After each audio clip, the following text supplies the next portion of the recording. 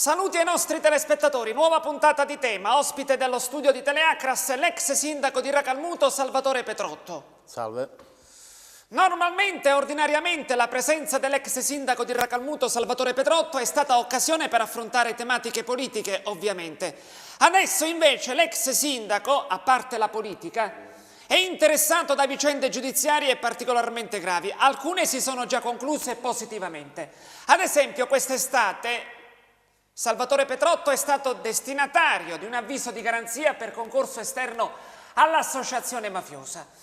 Si è dimesso con un gesto, un atto che ha sollevato particolare apprezzamento nell'opinione pubblica. Nonostante le dimissioni, poche settimane dopo, dalla rinuncia alla poltrona di sindaco di Racalmuto, la Procura di Palermo, la Direzione Distrettuale Antimafia, ha emesso un provvedimento di archiviazione nei suoi confronti.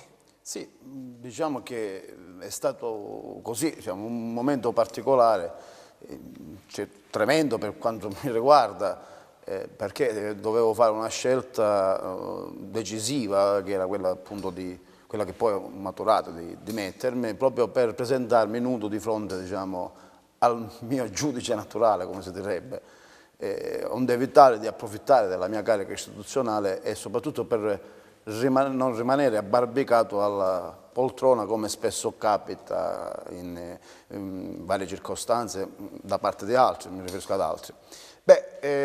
Chiaramente la vicenda si è conclusa positivamente perché erano fatti che risalivano a 16 anni fa e che, diciamo, erano avvolti da quella nebulosa che è tipica dei ricordi vaghi ed eventuali da parte di qualche pentito che purtroppo, diciamo, o esagera un po' troppo a volte o ricorda male, perché le cose che io ho posto in essere quando ero sindaco nei confronti di quei soggetti erano di segno diametralmente opposto a quanto asserito dal De Gatti in modo particolare o dal Gagliardi.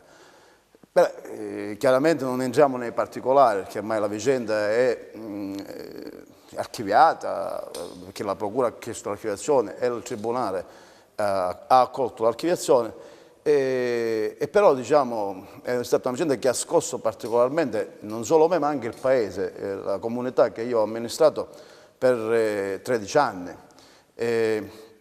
Ma qualcosa chiaramente ancora brucia sotto certi profili perché molte situazioni sono state messe in discussione rispetto a un passato che dal mio punto di vista era un passato completamente diverso da quello che è stato in questi anni, diciamo, dipinto da parte di, anche perché non dirlo, qualche, diciamo, esponente forse delle forze dell'ordine che si è sbagliato nelle valutazioni, ha esagerato un po' troppo nel calcare la mano, in questa come in altre circostanze. Perché dico questo? Perché in effetti da quando ho iniziato la mia attività politica nella veste di sindaco, mi riferisco al 1993, sino ad oggi ho subito, a causa, diciamo, una serie di denunce e quindi chiaramente, considerato che c'è l'obbligatorietà dell'azione penale, anche di processi, credo saranno 14-15, neanche io ho perso il conto dei procedimenti penali che mi hanno visto, diciamo, protagonista, mia malgrado, di vicende giudiziarie, alcune volte addirittura campate in aria, ma chiaramente la magistratura ha fatto il suo corso e in tutti questi, diciamo, procedimenti me ne sono uscito sempre con delle assoluzioni, con delle archiviazioni in primo e in secondo grado. Questo, diciamo, fa parte, diciamo, di chi svolge un'attività politica e di chi amministra dalle nostre parti. Non dovrebbe sempre essere così.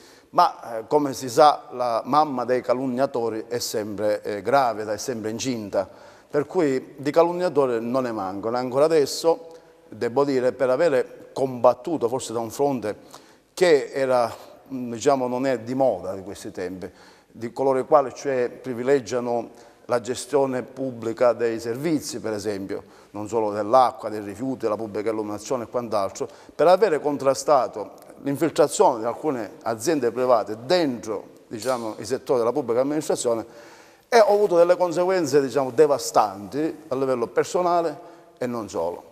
Perché ricordo dal 1993, quando gestivamo direttamente i servizi di raccolta e smaltimento dei rifiuti e avevamo personale, diciamo, che era, diciamo, erano dipendenti comunali, i mezzi erano di proprietà del comune, la discarica era di proprietà del comune, il costo, diciamo, del servizio era un terzo rispetto a quello di oggi.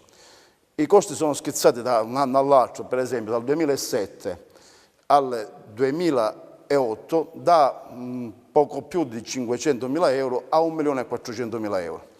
Cioè da un anno all'altro c'è stata questa lievitazione dei costi, con l'aggravio, diciamo, di spesa che sappiamo per quanto riguarda i cittadini e i comuni che sono stati dissestati. Il comune di Agrigento avrà qualche decina di milioni di debiti dovuto al fatto che deve i soldi al lato rifiuti. Il mio comune è un po' meno perché noi pagavamo puntualmente, ma ci sono comuni quale Favara che avrà forse qualcosa come 12-13 milioni di debiti. Bene, tutti i comuni sono dissestati, le famiglie ne hanno risentito non poco. Mio fratello, per esempio, a Lucca, in Toscana, paga 80 euro come la bolletta dei rifiuti. Da noi si paga mediamente intorno a 400 euro, cioè queste sono proporzioni da 1 a 4 mediamente e anche di più. Ma la cosa più scandalosa che io ho denunciato alla Procura della Repubblica proprio all'inizio di quest'anno è stato l'affidamento per 4 anni consecutivi, senza gara, in proroga, di un servizio per 40 milioni di euro, dico 40 milioni di euro, alle stesse ditte, e non si è avuto il tempo di fare un bando di gara e celebrare una gara per far sì che si potesse, diciamo, affidare ad altri o affidare a condizioni migliori, favorendo anche la raccolta differenziata, perché dobbiamo dirci chiaramente che in questo modo non si è ostacolata la raccolta differenziata, perché si continua a fare la raccolta multimateriale. Con la raccolta differenziata il vantaggio per i comuni, se gestissero direttamente i servizi, sarebbe quello di ottenere anche, diciamo, dalla vendita della latta, della carta in modo particolare, ma anche del vetro e di altri materiali, ferrosi per esempio, di ottenere anche, diciamo, un guadagno. Ecco, forse ho fatto troppa concorrenza agli imprenditori privati in passato, quando gestivo direttamente questo servizio. Per non parlare per esempio della pubblica illuminazione, quando veniva gestita una ditta privata costava 10 volte tanto rispetto a quanto l'avevo gestito direttamente io. Io sono un assertore della gestione pubblica dei servizi pubblici. Non possono essere affidati ai privati perché poi la lievitazione dei costi e l'aggravio di spese per i comuni e per i cittadini è enorme. E questa corsa al privato, questo slogan del passato e anche del presente, che il privato è meglio, a me fa venire i brividi, sinceramente. Ed è questo uno dei motivi per cui ci sono questi guasti economici in Italia. Professore... Capisco di andare contro i voleri di Confindustria, di tanti altri che hanno cercato... Ora ne parliamo. Professore Salvatore Petrotto, perché lei è docente. Sì. Smessi almeno provvisoriamente i panni del politico, del sindaco di Racalmuto, lei insegna. Quindi, professore Petrotto, a seguito dell'archiviazione e delle sue dimissioni, lei si è sempre dichiarato innocente, anche nelle prime interviste, nei primi interventi stampa dopo la notifica dell'avviso di garanzia. Ecco, adesso, col senno di poi, ovviamente, si è pentito di essersi dimesso così precocemente rispetto poi all'evolversi degli eventi a suo favore. Lo rifarebbe adesso col senno di poi? No, nella maniera più assoluta lo rifarei e non ho minimamente intenzione, anche per togliere qualche grillo che ha qualcuno per la testa, perché si pensa che io sia qui o in altre, diciamo, o continui a fare comunicati stampa perché voglio ritornare a fare il sindaco. Nella maniera più assoluta lo escludo per un motivo semplice, perché il contesto generale a livello globale, nazionale, ma anche regionale, depone in maniera contraria. Cioè è impossibile fare attività amministrativa, governare in questo periodo storico, in quanto c'è una conflittualità che è insopportabile per chiunque, sia per i cittadini, sia per chi amministra, per tutti quanti. C'è questa avversione nei confronti della classe politica che sta prendendo una piega, diciamo, abbastanza spiacevole, se vogliamo, perché l'antipolitica poi porterà alle conseguenze che sappiamo. Si possono arrivare anche ad esiti disastrosi, quale per esempio qualcuno evocava anche i fantasmi del passato, alla svolta dittatoriale. Una cosa del genere credo che sia avvenuta ultimamente a livello finanziario, no? Perché c'è lo strapotere dell'alta finanza, delle banche, che stanno, diciamo, prevaricando su ogni cosa, su ogni singolo aspetto della settore della nostra società. Ebbene, è inutile dirlo, cioè, sapete alla fine che hanno fatto molti miei colleghi sindaci anche nell'Agrigentino, che sono stati spazzati via attraverso delle inchieste giudiziarie. che scaturita da denunce, attenzione, la magistratura, per fortuna che abbiamo una magistratura in Italia che fa il suo corso, riesce a appurare, a accertare la verità, altrimenti diciamo, a ogni sobbalzo, ad ogni diciamo, denunzia ci sarebbe il finimondo, diciamo, perché poi è una guerra non dichiarata quella che c'è oggi, ma c'è una guerra in atto. Una guerra diciamo, da parte dei privati, come dicevo poco fa, che vogliono a tutti i costi prendersi in mano tutta la pubblica amministrazione. Questo è il vero pericolo che sta correndo non solo la Sicilia, l'Italia. Io non è che sono un difensore d'oltranza del pubblico, bisogna difendere il pubblico e il privato alla stessa maniera, ma non criminalizzare a tutti i costi la pubblica amministrazione dicendo che tutti sono ladri, tutti sono schifosi, tutti sono farabutti, quando in realtà poi, alla prova dei fatti, ogni qualvolta un servizio viene gestito, viene privatizzato, vedi i rifiuti che portavo l'esempio poco fa, ma possiamo parlare anche di acqua, ebbene il privato ha solo un'intenzione spesso, quella di arraffare, togliere diciamo, risorse economiche, utilizzare finanziamenti pubblici per non fare nulla, come avveniva nei favolosi si fa perdere anni 80. Vi porto un esempio, il Consorzio Idrico Tre Sorgenti di Canicattì per esempio, che è titolare di una concessione sin dai tempi dell'onorevole Guarino Amella, parliamo della prima guerra mondiale, quando fu costituito questo consorzio per volere appunto del barone Guarino Amella, al quale è stata dedicata tra l'altro una fondazione culturale a Canicattì. Ebbene, quel consorzio ancora oggi è titolare di concessione per l'utilizzo, per il prelevamento delle acque delle sorgenti di Santo Stefano. Addirittura originariamente erano alcune centinaia di litri a seconda, ora si sono ridotte al massimo 80-90 litri di acqua a seconda. Ebbene, quest'acqua viene sottratta dai Girgenti Acque da quando diciamo, è stato stipulato questo contratto tra lato idrico e Girgenti Acque e non viene pagata al consorzio, quindi ai cittadini. Il paradosso qual è? Il colmo qual è?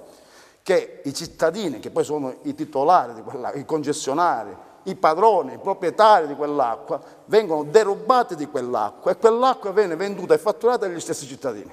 E il tutto è pirandelliano, tant'è che più di un giudice civile, e l'iniziativa l'ho assunta per primo io, ha fatto sì che venisse riconosciuto al Consorzio Tre Sorgenti qualcosa come 8 milioni di euro attraverso un decreto ingiuntivo che è stato notificato alla stessa società. Ecco perché mi hanno denunciato. Perché accanto a questi diciamo, 8 milioni già riconosciuti, altri 2 ne devono, sono almeno 10 milioni che Girgenti Acque deve corrispondere ai cittadini del mio comune, ai cittadini di Favara, di Campobello, ai cittadini di Canicattì, ai cittadini di Palma di Montechiaro, di Liccato, cioè ai 7 comuni cioè del Consorzio Tre Sorgenti, sono 10 i milioni che Girgenti Acque deve pagare e che non ha pagato. Ma accanto a questi 10 milioni deve sempre Girgenti Acque pagare qualcosa come altri 20 milioni di euro alla società che ha sostituito l'EAS, l'ente acquato siciliano, ovvero Sicilacque. Questo è il danno che Petrotto, attraverso l'azione giudiziaria, attraverso l'allora presidente del consorzio Calogero Mattina, ha fatto a Girgenti Acque, un danno di 30 milioni di euro. Per non parlare del fatto che non hanno neanche la concessione, e questo è il colmo. Se lei volesse attingere un po' d'acqua da un pozzo, ha bisogno di una concessione. Girgenti Acque non ha concessione, ma è semplice il motivo per cui non ha concessione, perché la concessione ce l'ha il Consorzio Idrico Tre Sorgenti e al Consorzio Idrico Tre Sorgenti la Regione non ha mai revocato la concessione, perché non basta un contratto per gestire le risorse idriche, ci vuole anche una concessione perché l'acqua è un bene demaniale e visto che in Sicilia siamo a statuto speciale è soggetta a concessione da parte della Regione siciliana. Ebbene, Girgenti Acque, per quello che mi risulta, non ha concessione, in quanto la concessione per attingere a quell'acqua alle sorgenti ce l'ha il Consorzio Tre Sorgenti. Ebbene, questa società che cosa voleva fare? Si voleva impadronire non solo dell'acqua e l'ha fatto e non l'ha pagato, ma anche del patrimonio del consorzio, cioè del patrimonio dei comuni. Questo ho difeso io. E risulta anche dalle intercettazioni. Per fortuna, tant'è che il Tribunale di Agrigento aveva chiesto di indagare piuttosto sull'allora amministratore delegato di Girgenti Acque, ovvero Giuseppe Giuffrida, il quale ha posto in essere un tentativo di corruzione contro di me.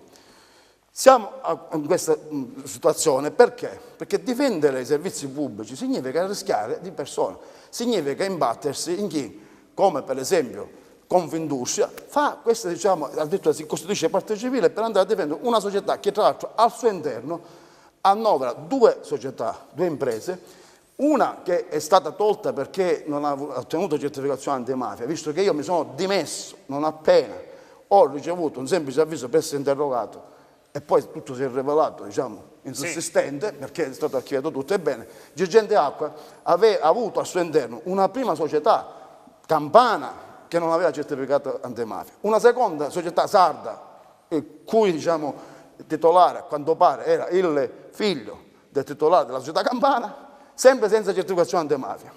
E quindi abbiamo una società che deve un sacco di soldi agli enti pubblici, compreso il Consorzio del Sorgente e Sicilacqua, che ha al suo interno delle società che non hanno certificazione antimafia, che viene, guarda caso, difesa da Confindustria col suo presidente Catanzaro, che si va a costituire per andare a difendere delle società che non sono in regola con la legislazione antimafia. Stiamo parlando del presidente di Confindustria e il presidente antimafia. Che è parte civile al processo. Perfetto, ma non finisce qua. Se andiamo all'aggiudicazione e al contratto nel 2007, alla fine del 2007, si diceva che questa società doveva mettere la quota parte, cioè il 30% per utilizzare i finanziamenti di aziende allora 2000-2007, che allora ammontavano a qualcosa come 120 milioni di euro. Ebbene, dei 120 milioni di euro non è stato utilizzato neanche un centesimo da 4 anni a questa parte, perché allora si diceva che bisognava correre subito, fare il contratto con questo partner, diciamo, con questa società per azione, che era fittiziamente privata, ma poi c'è una compagine privata, ma la stragrande maggioranza delle azioni sono pubbliche e servono, cioè praticamente c'era anche un contrasto all'interno, perché gli enti, diciamo, aggiudicatari che facevano parte di Girgenti Acqua erano anche dei comuni, che nello stesso tempo erano componenti del lato idrico, mi riferisco al Comune di Agrigento, al Comune di Favara, al Comune di Aragona, contraddizione che abbiamo messo in evidenza una ventina di sindaci con dei ricorsi. Ma al di là di questa contraddizione, che è stata pure messa in evidenza proprio in questa emittente, dall'allora prefetto Postiglione, quando venne qua, e ricordo che l'ha intervistato lei, e disse che la vicenda dell'aggiudicazione di Girgenti Acqua era simile alla vicenda, che so io, di un'amministrazione comunale, il cui sindaco e assessore che fanno? Fanno una delibera e aggiudicano dei servizi a una parte della giunta, è come se la giunta si aggiudicasse a una parte della giunta un servizio. C'è, diciamo, un conflitto di interessi non indifferente. Ripeto, questa contraddizione non l'ho messa per prima in evidenza io, ma l'allora prefetto Umberto Postiglione. Ma andiamo oltre. Come si firmò allora quel contratto? Il Giuffrida a me ebbe a dirmi delle cose che qua non dico, lo dirò se verrò chiamato dall'autorità giudiziaria, perché ho fatto anche una denuncia su queste cose agli inizi di quest'anno, cioè rispetto a come lui ottenne questo contratto firmato. Mi disse che ha posto in essere, a me personalmente, ha posto in essere degli atti non proprio, diciamo, legittimi per ottenere la stipula di quel contratto. Ebbene, questo signore, forse per disperazione, forse perché alle prese con una montagna di debiti, forse perché non aveva ottenuto la concessione che era necessaria per poter utilizzare quell'acqua, quindi doveva per forza rivolgersi a Sicilacqua o al Consorzio del Sorgente, voleva impadronirsi dell'acqua pubblica senza concessione, in poche parole, e non ci è riuscito, tant'è che poi è stato fatto fuori, nel senso che è stato buttato fuori dal Consiglio di amministrazione, ma allo stesso tempo è stato buttato fuori anche dal Consiglio di amministrazione dell'altra società di Catania, l'Acoset di Catania, per le stesse ragioni, perché praticamente non avevano le carte in regola. Ebbene, questa società che non ha le carte in regola viene difesa dal presidente di Confindustria Giuseppe Catanzaro. Dico, mi sembra una cosa abbastanza, cioè io sono solo contro tutti, posso fare la fine di Don Chisciotte contro i mulini a vento come al solito, farò, diciamo, la fine di chi magari grida al lupo e poi alla fine verrà stritolato. Però ha fiducia nella magistratura. Su questo non ci sono dubbi. Io ho fatto una regolare denuncia per quanto riguarda sia la questione acqua che la questione dei rifiuti, perché anche la questione dei rifiuti è abnorme, cioè affidare quasi 200 milioni di euro di servizi senza gara, cioè voglio dire, cioè, vero è che bisogna porre attenzione alle piccole cose di questa provincia, del Comune di Agrigento, ci mancherebbe tutto quello che si vuole, tutte le inchieste che sono fatte, tutte le iniziative giudiziarie, ma di fronte ad uno scandalo a livello nazionale, no? 200 milioni senza gara, affidati. All'ultima gara però, se non sbaglio, non si è presentato nessuno. Perfetto.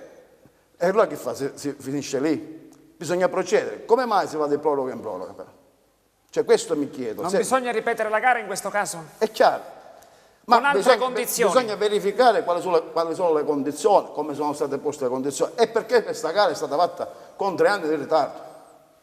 Cioè 3 anni di ritardo, ma al di là di questo... Adesso sarebbe stata deserta perché le imprese potenziali che avrebbero potuto partecipare hanno ritenuto il contratto poco conveniente. E vabbè, ma questo che significa? Che non c'è un'altra soluzione? E allora la soluzione è che la proroga. Cioè allora possiamo andare, cioè parliamoci chiaro, ma gliela affidiamo a vita, con diritto di eredità e servizi e ce ne usciamo. Cioè non mi pare che sia una soluzione quella di non trovare alcuna soluzione. Perché la soluzione che si è trovata è stata quella di decidere di non decidere nulla per 4 anni consecutivi. Io me ne sono uscito dal Comune di Racalmuto anche perché ero schifato da questa conduzione. Io ho fatto una battaglia sin dal primo momento, sia sull'acqua che sui rifiuti, ma ancora prima di diventare sindaco.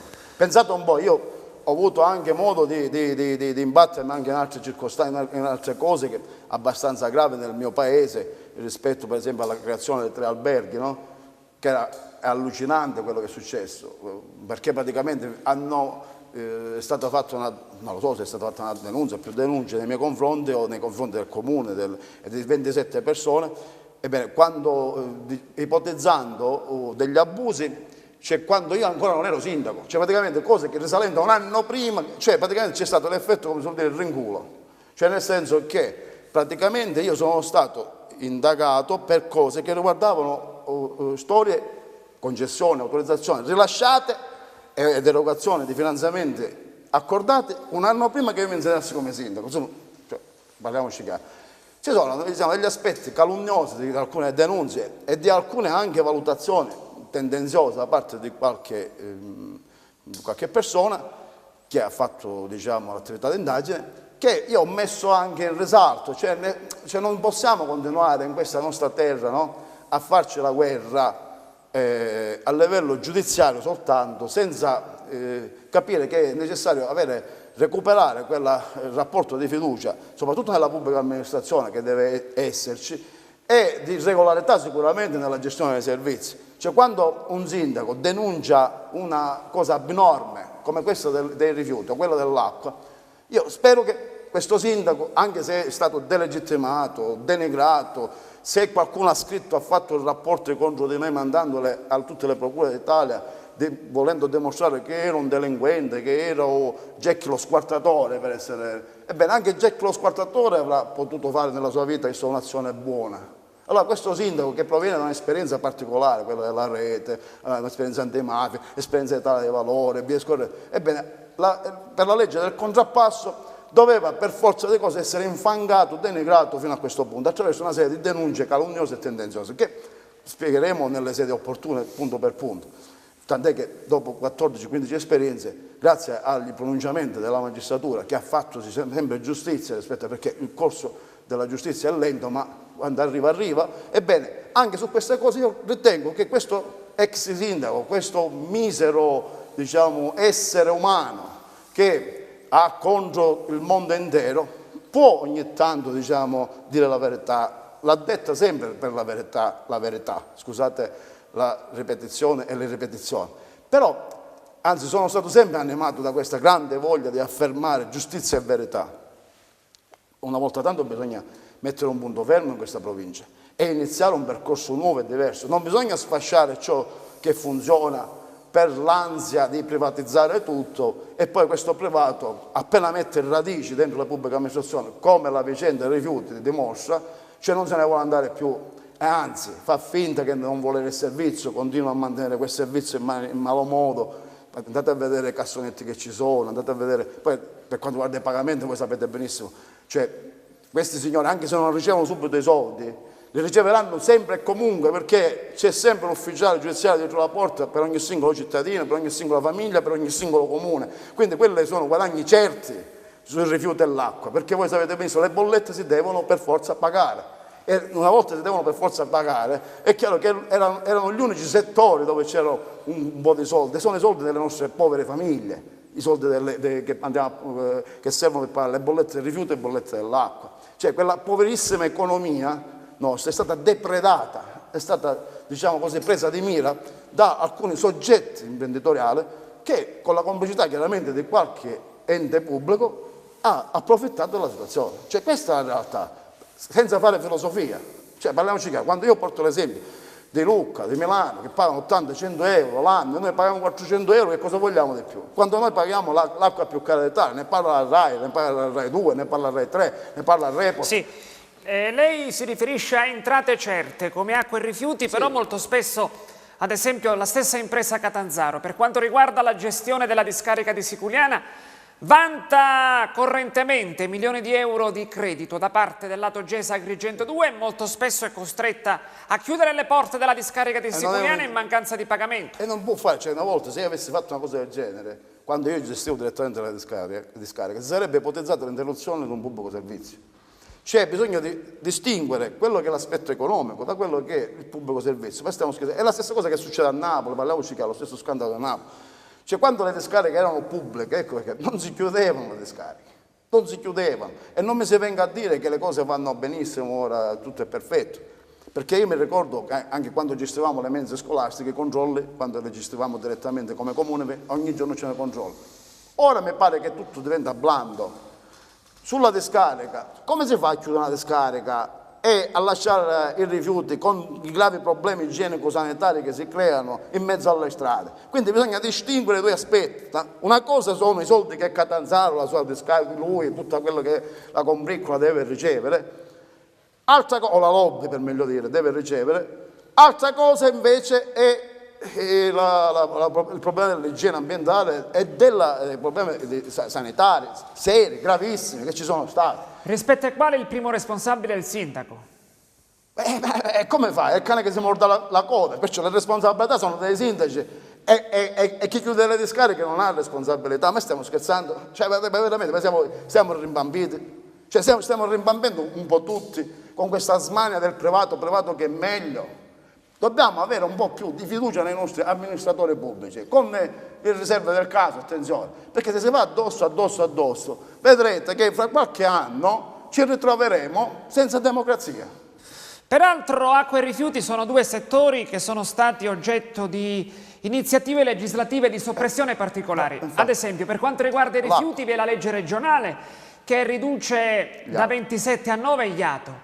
E peraltro sono stati nominati anche i commissari liquidatori, per cui si tratta di un ambito destinato a liquefarsi materialmente, ecco. Sì, ma ricordo. Per quanto riguarda invece il referendum, lettera morta. l'esito referendario è stato al momento assolutamente disapplicato. Con tutti i debiti che c'è la società. Io poco fa parlavo di 30 milioni di debiti, del fatto per esempio che qua da Agrigento, voi sapete la vicenda del depuratore da Agrigento, fanno pagare forse ancora il canone di depurazione. La tassa di depurazione. Ma è assurdo, io ho portato, ho scritto a Girgente Acqua quando ero sindaco, fino a 7 mesi fa, dicendo che era un abuso quello che commettevano, in quanto c'è una sentenza della Corte Costituzionale che risale al 2005, la potete andare a cercare, che prevede che se il depuratore non funziona non si paga il canone di depurazione. Mentre la legge Galli del 94 prevedeva che anche nel caso in cui il depuratore non era in funzione si poteva e si deve pagare la tassa, nel 2005, avendo fatto alcuni cittadini dei ricorsi, la Corte Costituzionale, che è al di sopra del Parlamento, che qualcuno ne dica, che è al di sopra del Parlamento, ha sentenziato che quella tassa non sa da pagare. Ora, come dire, la stessa cosa dicasi anche per esempio per l'IVA pagata sulla tassa sui rifiuti, è una sorta di anatocismo, cioè la tassa sulla tassa, ecco, come avviene nelle banche, no? Ebbene, con un decreto ministeriale vogliono farsi, cioè il governo precedente, non so questo governo che cosa intende fare, non vogliono rimborsarci quel 10% di IVA che noi abbiamo pagato negli ultimi 10 anni sulle bollette della tassa sui rifiuti, che sono qualcosa come 300-400 euro a famiglia. Ma questi sono rimborsi dovuti. C'è un contenzioso in atto, ci sono alcune associazioni di consumatori che stanno facendo la loro parte per dimostrare che quella sentenza della Corte Costituzionale si applica, così come quella sull'impianto di depurazione. Se non funziona, io non posso pagare un servizio che tu non mi rendi, tu ente pubblico non mi rendi. O nel caso di specie Girgente Acqua, perché anche lì c'è un'inadempienza, perché avrebbero dovuto mettere in funzione l'impianto di depurazione, cosa che non hanno fatto in 4 anni, non hanno utilizzato i fondi pubblici, non hanno messo la quota parte al 100% che dovevano mettere. Oggi che cosa vorrebbero fare? Vorrebbero utilizzare il 100% del finanziamento, come se si trattassero di enti pubblici, senza mettere la quota parte e soprattutto senza gara. È una cosa assurda. Cioè, hanno fatto il piano, l'ultimo piano per il cosiddetto POT, per il rifacimento delle reti idriche e fognarie e gli impianti di depurazione, che prevede una spesa di 250 milioni, credo, di euro. Ebbene, vorrebbero utilizzare direttamente 250 milioni di euro a partire dai 26 milioni di Agrigento, senza gara, cioè in barba a tutte le leggi regionali, statali e comunitarie. Questo è Girgenti Acque. Ecco perché io sto per essere stritolato, o meglio, qualcuno vorrebbe stritolarmi con le calunnie e con le denunce calunniose. Proprio per questo motivo, perché ci sono andato addosso, tant'è che ho dimostrato che non c'è una cosa che hanno in regola. Addirittura anche la storia dell'amministratore, credo che sia l'amministratore delegato, che è attuale, non quello che c'era prima, quello che mi ha denunziato in maniera calunnosa, ma quello attuale, l'attuale amministratore, credo che sia stato condannato con sentenza definitiva per reati da parte della Cassazione, per reati contro la pubblica amministrazione, eppure è amministratore di Girgenti Acque. Questo difende Catanzaro, difende una società all'interno della quale c'è, ci sono delle aziende, quella che dicevo poco fa, quella di Napoli prima, quella sarda dopo, che non hanno certificazione antimafia e non hanno le carte in regola rispetto alla legislazione antimafia. Ripeto, il sindaco Petrotto, con un semplice avviso di garanzia che mi è stato recapitato a giugno di quest'anno, mi sono immediatamente dimesso, non faccio più il sindaco, per far cosa gradita a chi fa, giustamente, opera di convincimento tra la gente, dicendo che bisogna mettersi da parte, ed è giusto così, quando si è, oggetto, e io lo sono stato, di inchieste giudiziarie di questo tipo in modo particolare. Ebbene, invece nel caso di Girgenti Acque, invece assistiamo a questa compiacenza da parte del presidente di Confindustria Catanzaro, che va addirittura a costituirsi parte civile per difendere questa società. Cioè, è assurdo. Lo capisco che io rischio dicendo queste cose, lo dico chiaramente, perché molti mi hanno detto che hanno paura a mettersi contro il presidente di Confindustria Catanzaro, come se si trattasse di Dio che è calato in terra, dal cielo è venuto in terra. Noi siamo vicino a Natale, non è Gesù bambino, chiaramente, lo capiamo benissimo, ma non credo che sia. Io sono qua, pronto, il signor Catanzaro mi può mettere, se vuole, qua sono le manette, per così si prende, cioè ha la possibilità di prendersi qualche altra discarica, qualche altra cosa. Siamo qua, pronti, disponibili a fare le vittime sacrificali, di questo, regime, ecco, perché questo è un regime per quanto mi riguarda, che segna lo strapotere di alcuni privati che hanno messo le mani in maniera violenta e prepotente nella pubblica amministrazione. Professore Petrotto, concluse le sue vicende giudiziarie, io glielo auguro, ovviamente lei non come sindaco, ma rientrerà in politica per riaffermare il principio del gestore pubblico, del potere pubblico, della volontà pubblica rispetto alle infiltrazioni private. Sarà impegnato in tale ambito oppure lei ha rinunciato a priori a qualsiasi tipo di intervento nella politica attiva? No, su questo io chiaramente, finché c'è vita, c'è speranza. Io spero vivamente che la magistratura faccia il suo corso rispetto a quanto, tra l'altro, deciso dal giudice per le indagini preliminari per quanto riguarda la vicenda dei Girgenti Acque, il giudice Alberto Davico, il quale suggeriva alla Procura della Repubblica di indagare su Giuseppe Giuffrida, che aveva tutto l'interesse a denunziare me, l'allora presidente del consorzio e qualche altro, perché c'era un contenzioso in corso dovuto al fatto che dovevano corrispondere quei 30 milioni di debiti che ancora oggi hanno e che non avevano la concessione, non avevano la possibilità di utilizzare le risorse idriche perché la legge non glielo consentiva. Tutto qua, perché erano fuori legge, tutto qua. Allora, detto questo, visto che c'è un pronunciamento del Tribunale già rispetto a questa cosa, spero che ce ne sia un altro rispetto anche alla vicenda dei rifiuti, perché è assurdo e inammissibile continuare con le proroghe senza gara, che altrimenti andare a fare giustamente le indagini su il comune o la provincia, quello che si vuole, di Agrigento o di altri paesi, per 2.000, 3.000, quando qua si mette in evidenza una cosa abnorme, uno scandalo di livello nazionale, 200 milioni affidati direttamente, io mi aspetto una ferma decisione rispetto a questo. Dopodiché, se io devo ancora continuare a piangerne le conseguenze, voi me ne sarete testimoni un giorno, se mi capiterà l'ennesima storia, come le 14-15 che mi sono capitate, a causa dei calunniatori di professione, o dei cosiddetti professionisti dell'antimafia economica in questo caso, perché quando Leonardo Ciacia nel 1987 scrisse quel famoso articolo pubblicato dal Corriere della Sera dal titolo I professionisti dell'antimafia, sicuramente non si riferiva a Catanzaro, giusto? Non si riferiva a questi signori, si riferiva ad altre storie, ad altre vicende, ma permane questo problema dei professionisti dell'antimafia che hanno spostato il loro raggio d'azione nel settore economico. Mentre prima magari si poteva parlare, più o meno giustamente, attenzione, perché anche la polemica innescata da Leonardo Ciacia ha avuto diciamo, dei critici acerrimi, no? Perché si riferiva magari a qualche magistrato, quale Borsellino, Falcone, che poi sappiamo che cosa è successo, e lì diciamo, c'è stata un'ondata di delegittimazione nei confronti di Ciacia, ma lui voleva difendere un principio di diritto, di legalità, cioè che non ci doveva essere leggi eccezionali per fatti diciamo, particolari e che non ci doveva essere diciamo, una sorta di prevalenza da parte di chi, che so io, aveva fatto il giudice antimafia e allora è come se quella diventava una patente che ti consentiva di scavalcare gli altri colleghi. Questo era quello che difendeva il principio che difendeva Ciacia.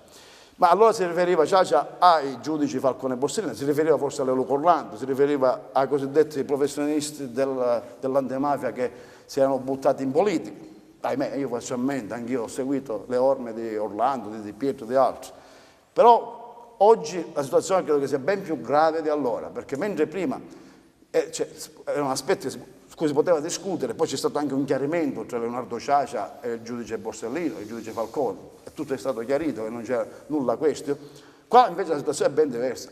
Qua hanno messo, come si suol dire, come si diceva una volta in un film, le mani sulla città, le mani sulle città a tutti i livelli, a livello economico. Ed è questo il problema di fondo per cui le famiglie non possono più sopravvivere, non ce la facciamo più arrivare alla fine del mese, non riusciamo cioè a sopravvivere perché diciamo, i costi dei servizi pubblici sono lievitati per 4-5 volte rispetto agli inizi del 2000. Bene, si conclude così l'odierna puntata di Tema, attraverso cui l'ex sindaco di Racalmuto Salvatore Petrotto ha incrociato nel suo stile oggettivamente vulcanico le tematiche scottanti Spero di non della politica e della giustizia attuale. Di non pagare un prezzo ancora più salato di quello che ho pagato per quello che ho detto oggi.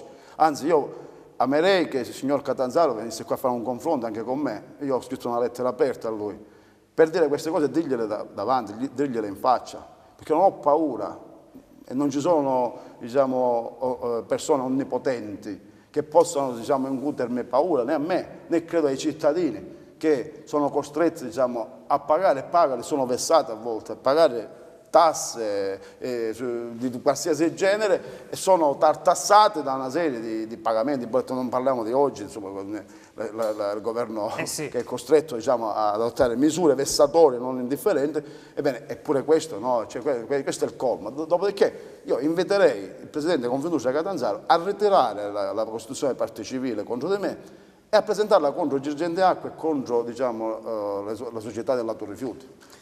Questa sarebbe stata la mossa giusta di un Presidente di Confindustria che aveva realmente degli interessi anche pubblici, deve tutelare le proprie aziende, ma quelle sane, ma quelle che non sono sane, lui non può costituirsi parte civile a fianco di aziende che è stato dimostrato, carte alla mano, con pronunciamento dei giudici, che non sono per niente in regola. Lei ritiene quasi che Confindustria obbedisca a delle ragioni corporativistiche? Di lobby. Lo dico in maniera molto chiara, è un interesse lobbistico che lo sta guidando in questo momento per tutelare gli interessi delle imprese che sono impegnate nel settore acqua e nel settore rifiuti. Bene, si conclude così l'odierna puntata di Tema. Io ringrazio il professor Salvatore Petrotto, già sindaco di Racalmuto. Grazie anche a voi, gentili telespettatori, per la cortese attenzione. Arrivederci ad una prossima puntata di Tema. Buon Natale e buon anno.